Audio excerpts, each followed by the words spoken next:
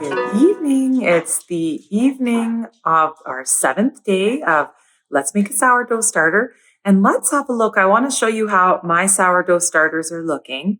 If you are having trouble with your sourdough starter at this point, I feel like sourdough starter is a tongue twister, and I always say dough kind of funny. So it's hilarious. Anyway, if you're having some trouble getting your sourdough starter going, don't worry. I am too, especially if you are in a cold climate. I had a really hard time with my first one when I first made it. I thought for sure it wasn't going well. This was years ago now. And I was like, maybe I should give up, but I didn't. I pressed forward, and it actually took 15 days before it became really active and doubled in size within 4 hours. So it can happen, and I think it's pretty normal if you're in a cold climate especially. So let's have a look at mine, and I'll show you what I mean.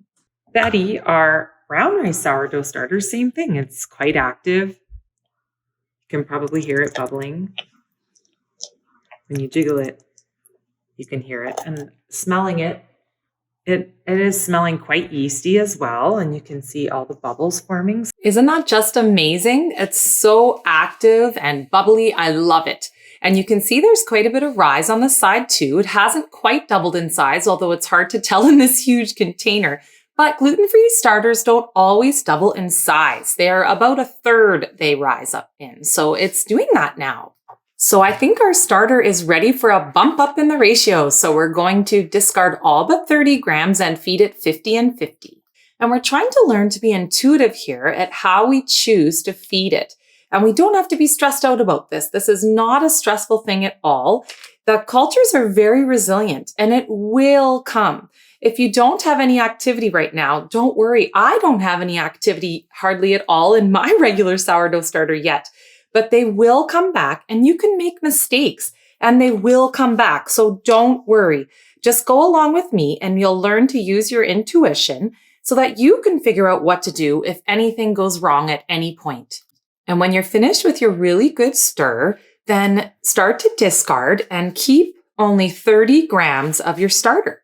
Then you're going to feed it 50 grams of water, tare your scale again, and feed it 50 grams of brown rice flour. Then give it a really good stir again for at least 2 minutes so you can see what the consistency is. And remember that brown rice flour has that magic factor where you need to mix it for at least 2 minutes, and then you'll find it's suddenly the right consistency. So feed it a 1-to-1 ratio of water to flour, and then add more water as needed after you've mixed it for 2 minutes.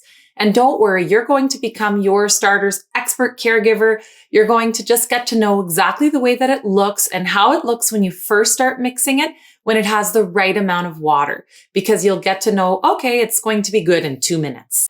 And remember, it's okay to make mistakes. I've made plenty over the years. I've forgotten about my bobs and in the fridge and had it come back to life. I've overfed it. I fed it the wrong thing. I've done so many mistakes in the past, and it always comes back. You just have to give it lots of love and attention, and it always comes back. And not to worry if you're thinking, oh my goodness, I cannot keep up with this schedule of feeding it twice a day. You do not have to do that. This is just for 2 weeks. We're just, or not even, probably, a week to 10 days for these gluten-free sourdough starters. And for your regular sourdough starter, if you're making that one, it's going to be, at the most 2 weeks or 15 days or so, 16 days. Like I said, that's about how long mine took because I'm in a cold climate. But if you're in a warm climate or you're able to keep your starter warm, it'll take even less time. So not to worry, you're only going to feed it twice a day for this next week. And after that, you'll just feed it when you want to bake your bread.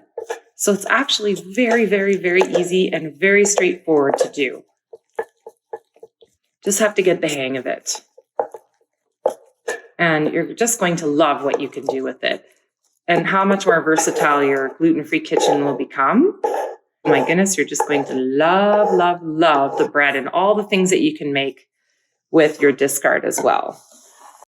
So now just clean off your sides of your jar and of course the top, and check your elastic level and make sure it's at the right level. And you might be thinking today, wow, my starter smells so good and I'm using it for discard banana muffins and all sorts of other tasty treats. So why can't I bake bread with it?